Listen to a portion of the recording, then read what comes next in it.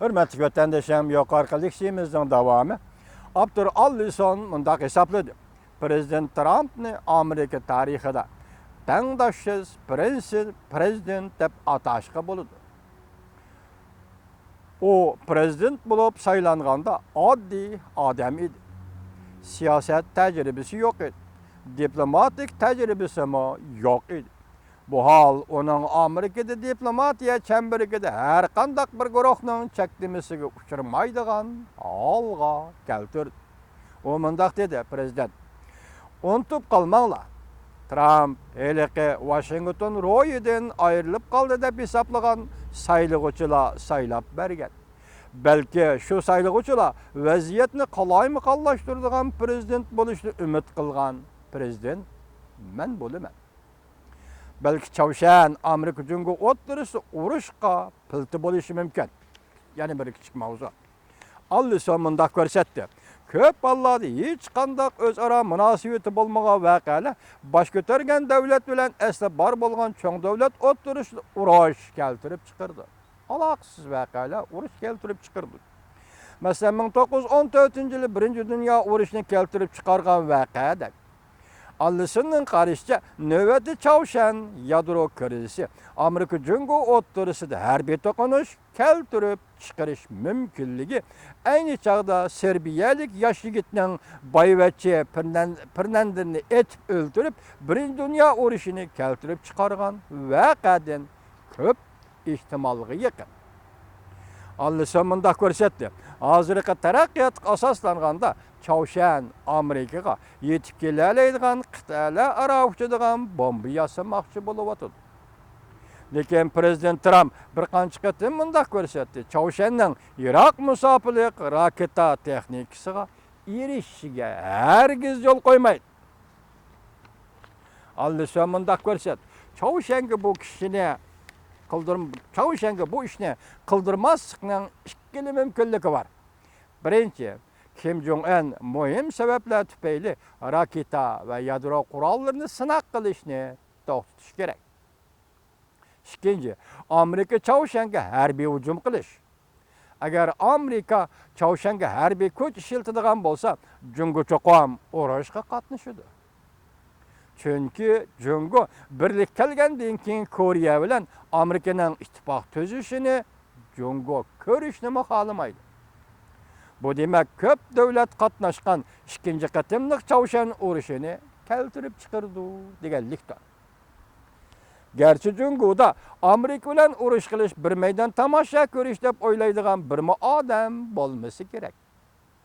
Ammo Beşburcaklik bino Jungo bilan bo'lgan urush ofat xarakterlik bo'ladi deb hisoblaydi. Amerikaning yangi strategik siyosat bilan Jungoga taqobil turish kerak. Amerika yeni stratejik siyaset bilan Jungoga taqobil turish kerak. Allison mundaq ko'rsatdi.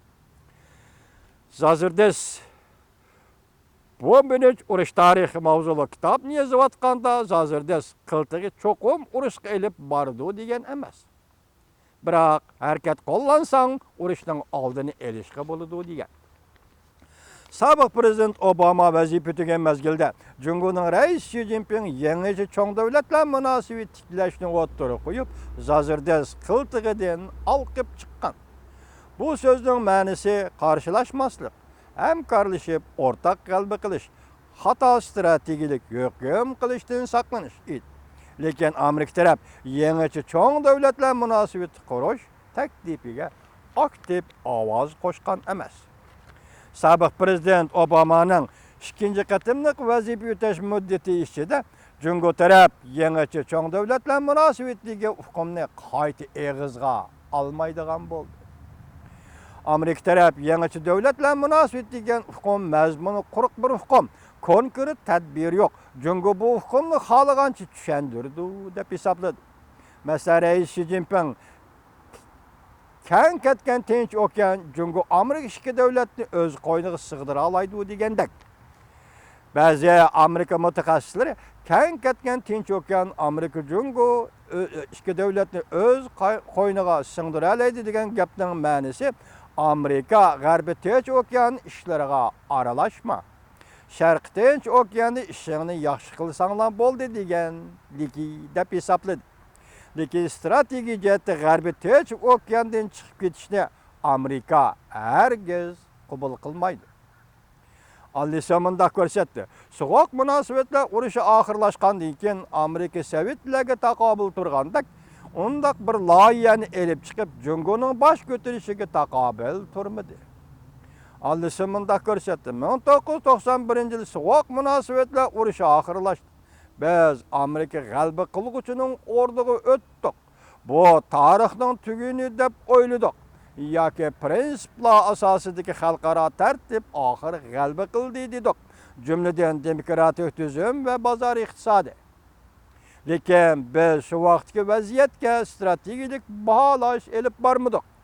Chunki 5000 yillik madaniyat tarixiga ega borgan sari kuchayotgan Jungo Amerika yetakchiligidagi dunyo tartibidan qanoat hosil qilmaydi. Mening kitobimning bosh ko'targan Jungo qandoq taqobil turishni jiddiy muhokama qilishga rag'batlantirishini umid qilaman, deydi oxirida Allison. Mening kitobimning bosh ko'targan Jungoga qandoq taqobil turishni jiddiy muhokama qilishga rag'batlantirishni umid qilaman. Chunki bu muhokama bugungi doirdan olqib chiqib ketish kerak, deydi tadqiqotchi Allison.